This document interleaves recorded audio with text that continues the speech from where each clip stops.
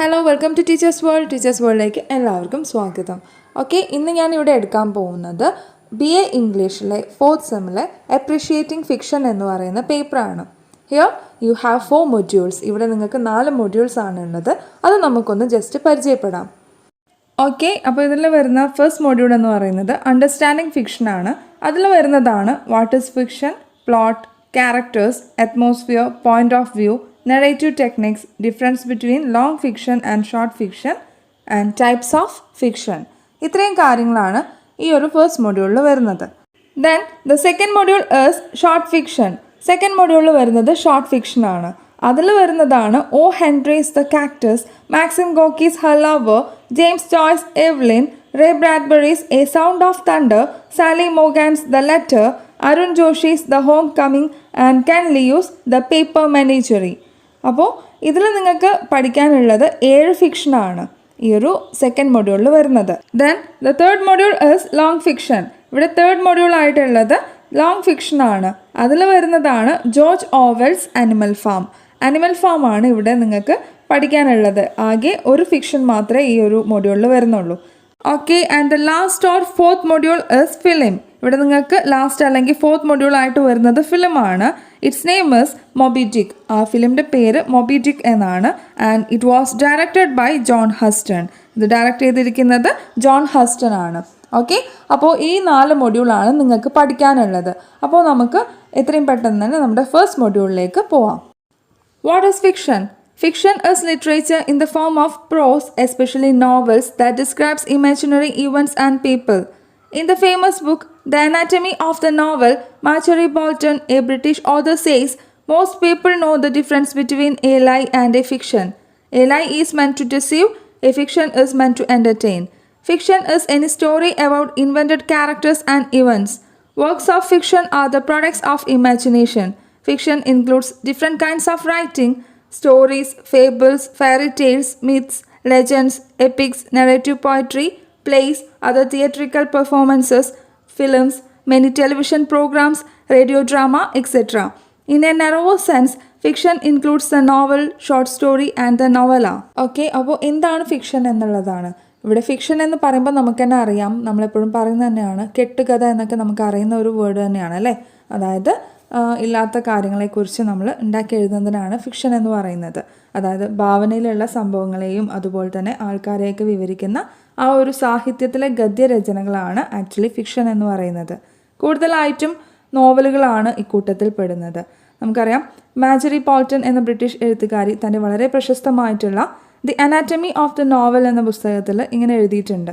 എന്താണെന്ന് വെച്ച് കഴിഞ്ഞാൽ, ഒരു നുണയും ഫിക്ഷനും തമ്മിലുള്ള വ്യത്യാസം മിക്കവാറും എല്ലാവർക്കും അറിയാവുന്നതാണ്. നുണ പറയുന്നത് ചതിക്കാനാണ്, എന്നാൽ ഫിക്ഷൻ രസിപ്പിക്കാനാണ് എന്നാണ് അവർ പറഞ്ഞിട്ടുള്ളത്. അപ്പോൾ ഭാവനയിൽ നിന്നും ഉടലെടുക്കുന്ന ഏതൊരു കഥയും അതിലെ കഥാപാത്രങ്ങളും ഫിക്ഷനാണ് എന്നാണ് ഇവിടെ പറയുന്നത്. മാത്രമല്ല, ഫിക്ഷൻ ഭാവനയുടെ ഉൽപ്പന്നങ്ങളാണ്. കഥകൾ, അതുപോലെ തന്നെ കെട്ടുകഥകൾ, ഇവിടെ ഫെയറി ടെയിൽസ് എന്ന് പറഞ്ഞു കഴിഞ്ഞാൽ യക്ഷിക്കഥകൾ, അതുപോലെ തന്നെ പുരാണ കഥകൾ, ഇതിഹാസ കഥകൾ, കഥകൾ പറയുന്ന കാവ്യങ്ങൾ, നാടകങ്ങൾ, dramas, cinema, television programmes, radio drama, ഇവയൊക്കെ ഫിക്ഷനിൽ പെടുന്നതാണ്. അതുപോലെ തന്നെ ഒരു നെറോവർ സെൻസിൽ അല്ലെങ്കിൽ ഇടുങ്ങിയ അർത്ഥത്തിൽ നോവലും ഷോർട്ട് സ്റ്റോറിയും നോവലും ഒക്കെ ഈ ഒരു ഫിക്ഷനിൽ ഇൻക്ലൂഡ് ചെയ്യുന്നു അല്ലെങ്കിൽ ഉൾപ്പെടുന്നു എന്നാണ് ഇവിടെ പറഞ്ഞിട്ടുള്ളത്. Novel. It is not easy to define novel. Normally, the novel is defined as an extended fictional narrative in prose long enough to warrant separate publication. The novel does not acknowledge any obligatory structure, style, or subject matter. The novel is the most important literary genre of the modern age. Okay, അപ്പോൾ ഇവിടെ പറയുന്നത് എന്താണെന്ന് വെച്ച് കഴിഞ്ഞാൽ, നോവലിനെ define ചെയ്യുക അല്ലെങ്കിൽ നിർവചിക്കുക എന്ന് പറയുന്നത് അത്ര എളുപ്പമല്ല. സാധാരണയായിട്ട് ഒരു പുസ്തക രൂപത്തിൽ പ്രസിദ്ധീകരിക്കാവുന്ന വിധം ദൈർഘ്യമുള്ള ഒരു കഥയായാണ് നോവലിനെ പലരും നിർവചിക്കുന്നത്. ഒരു നോവലിന് ഒരു പ്രത്യേക സ്ട്രക്ചറോ സ്റ്റൈലോ സബ്ജക്റ്റ് മാറ്ററോ ഒന്നും തന്നെ ഇല്ല. അതുപോലെ തന്നെ നമ്മുടെ ഈ ഒരു മോഡേൺ ഏജിൽ അല്ലെങ്കിൽ ആധുനിക യുഗത്തിൽ നോവലാണ് ഏറ്റവും ഇമ്പോർട്ടൻ്റ് ആയിട്ടുള്ള ലിറ്റററി ജനർ അല്ലെങ്കിൽ സാഹിത്യ രൂപം എന്ന് പറയുന്നത്. In most European languages the term for novel is roman, which comes from the medieval the romance. The term novel in English comes from the Italian novella, which means a little new thing. A novel is a short tale in prose. പല European ലാംഗ്വേജസിലും novel അറിയപ്പെടുന്നത് roman എന്ന പേരിലാണ്. Romance എന്നതിൽ നിന്നുമാണ് actually Roman വരുന്നത്. ഇംഗ്ലീഷിലെ novel വരുന്നത് ഇറ്റാലിയൻ ലാംഗ്വേജിലെ നൊവല എന്ന വേർഡിൽ നിന്നുമാണ്. നൊവല എന്ന വേർഡിനെ മീൻ ചെയ്യുന്നത് അല്ലെങ്കിൽ അർത്ഥമാക്കുന്നത് എ ലിറ്റിൽ ന്യൂ തിങ്, അതായത് ഒരു ചെറിയ പുതിയ സാധനം എന്നാണ്. അതുപോലെ തന്നെ പ്രോസിലുള്ള അല്ലെങ്കിൽ ഗദ്യത്തിലുള്ള ഒരു ചെറിയ കഥയാണ് നോവല. Scholars differ in their views regarding the origin of novel. Many think the first novel was Don Quixote by Miguel de Cervantes, a Spanish writer. Don Quixote tells the adventures of a madly adventurous youth who is under the delusion that he is a knight and sometimes does very foolish things. In France, the first novel was La Princesse des Clefs by Madame de la Fayette. In English, the first novels were Robinson Crusoe 1719 and Maud Flanders 1722 by Daniel Defoe, and Pamela 1740 and Clarissa 1747-48 by Samuel Richardson, and Joseph Andrews 1742 and Tom Jones 1749 by Henry Fielding. Okay, അപ്പോൾ ഇവിടെ പറയുന്നത് എന്താണെന്ന് വെച്ചാൽ നോവലിൻ്റെ തുടക്കത്തെ പറ്റി സ്കോളേഴ്സിനിടയിൽ വിവിധ അഭിപ്രായങ്ങളുണ്ടായിരുന്നു. പലരും പറയുന്നത് Michal D സെവാൻഡസ് എഴുതിയിട്ടുള്ള ജോൺ കിഹോട്ടിയാണ് ആദ്യത്തെ നോവൽ എന്നാണ്. സെവാൻഡസിൻ്റെ കാലഘട്ടം എന്ന് പറയുന്നത് 1547 to 1616 വരെയാണ് അദ്ദേഹം ജീവിച്ചിരുന്ന കാലഘട്ടം. അദ്ദേഹം ഒരു സ്പാനിഷ് എഴുത്തുകാരനാണ്. അദ്ദേഹത്തിൻ്റെ ഈ ഒരു നോവലിൽ ഒരു വലിയ പോരാളിയാണെന്ന് സ്വയം കരുതുന്ന ഒരു ചെറുപ്പക്കാരൻ്റെ മണ്ടത്തരങ്ങളാണ് പറയുന്നത്. എന്നാൽ ഫ്രാൻസിലെ ആദ്യ നോവൽ മാഡം ഡെ ലാ ഫയറ്റയുടെ ലാ പ്രിൻസസ് ഡെ ക്ലേവ്സ് എന്നതാണ്. ഇംഗ്ലീഷിൽ ആദ്യ നോവലുകൾ ഡാനിയൽ ഡെഫോയുടെ റോബിൻസൺ ക്രൂസോ 1719, മോൾ ഫ്ലാൻഡേഴ്സ് 1722 എന്നിവയും അതുപോലെ തന്നെ സാമുവൽ റിച്ചാർഡ്സണിൻ്റെ പമേല 1740, ക്ലാരിസ 1747-48 എന്നിവയും ഹെൻറി ഫീൽഡിങ്സിൻ്റെ ജോസഫ് ആൻഡ്രൂസ് 1742, ടോം ജോൺസ് 1749 എന്നിവയുമാണ്. In the 19th century, the novel became the most popular literary form. The great writers in France were Honoré de Balzac, Gustave Flaubert, Stendhal, and Émile Zola. In Russia, the most prominent ones were Alexander Pushkin, Ivan Turgenev, Fyodor Dostoevsky, and Leo Tolstoy. In England, there were many famous writers including Jane Austen, Sir Walter Scott, William Makepeace Thackeray, Charles Dickens, George Eliot, and Thomas Hardy. In the USA, the most popular writers were James Fenimore Cooper, Nathaniel Hawthorne, Herman Melville, Mark Twain, and Henry James. Okay, അപ്പോൾ ഇവിടെ പറയുന്നത് 19th സെഞ്ച്വറിയിൽ novel ഏറ്റവും popular ആയിട്ടുള്ള ഒരു literary form അല്ലെങ്കിൽ സാഹിത്യ രൂപമായിട്ട് മാറുകയായിരുന്നു ചെയ്തിട്ടുണ്ടായിരുന്നത്. ഫ്രാൻസിലെ ഗ്രേറ്റ് റൈറ്റേഴ്സ് എന്ന് പറയുന്നത് ഓണോ ഡെ ബെൽസാക്, ഗുസ്റ്റാവ് ഫ്ലബേർട്ട്, സ്റ്റെൻഡാൽ, അതുപോലെ തന്നെ എമിൽ സോളെ എന്നിവരൊക്കെ ആയിരുന്നു. എന്നാൽ റഷ്യയിൽ Alexander Pushkin, Ivan Turgenev, Fyodor Dostoevsky, Leo Tolstoy എന്നിവരൊക്കെ ആയിരുന്നു പ്രമുഖരായിട്ടുണ്ടായിരുന്നവർ. ഇംഗ്ലണ്ടിൽ പലരും ഉണ്ടായിരുന്നു. അവരിൽ പ്രധാനപ്പെട്ട റൈറ്റേഴ്സ് എന്ന് പറയുന്നത് Jane Austen, Sir Walter Scott, William Makepeace Thackeray, Charles Dickens, George Eliot, Thomas Hardy എന്നിവരായിരുന്നു. The 20th century saw different forms of the novel claiming to be modernist, postmodernist, stream of consciousness, and the anti-novel. The most important novelists of the 20th century include James Joyce, Marcel Proust, Franz Kafka, Thomas Mann, Virginia Woolf, William Faulkner, D.H. Lawrence, John Fowles, Ernest Hemingway, Eleanor Gillette, Gabriel Garcia Marquez, Margaret Atwood, Toni Morrison, Orhan Pamuk, Vladimir Nabokov, Umberto Eco, V.S. Naipaul, Salman Rushdie, John Maxwell Coetzee, etc. Okay, അപ്പോൾ ഇവിടെ പറയുന്നത് 20th സെഞ്ച്വറിയിൽ നോവലിൻ്റെ different ആയിട്ടുള്ള forms നിലവിൽ വന്നിട്ടുണ്ടായിരുന്നു. അതിൽ വരുന്നതാണ് modernist, post modernist, stream of consciousness, anti novel. ഇതൊക്കെ ആ ഒരു ഡിഫറെൻറ്റ് ഫോംസിൽ വരുന്നതാണ്.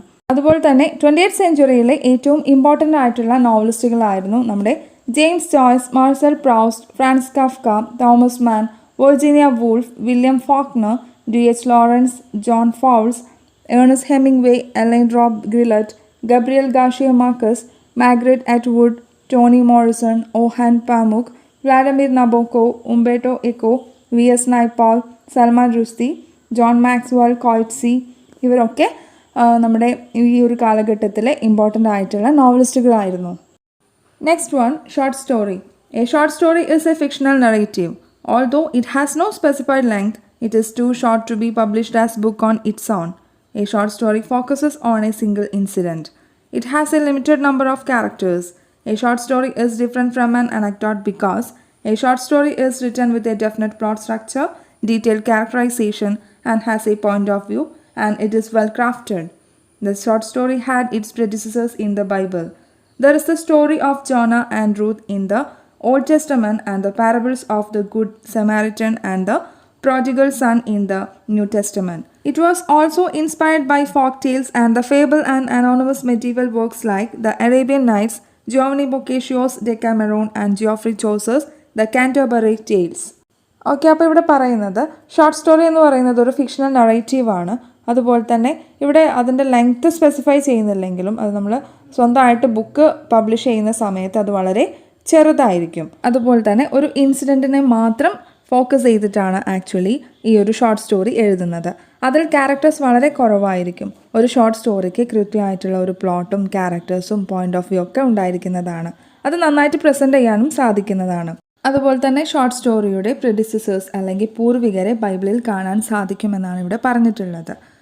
ഓൾഡ് ടെസ്റ്റമെൻ്റ് ആയിട്ടുള്ള അല്ലെങ്കിൽ പഴയ നിയമത്തിൽ ജോനായുടെയും റൂത്തിൻ്റെയും ഒക്കെ സ്റ്റോറീസ് ഉണ്ട്.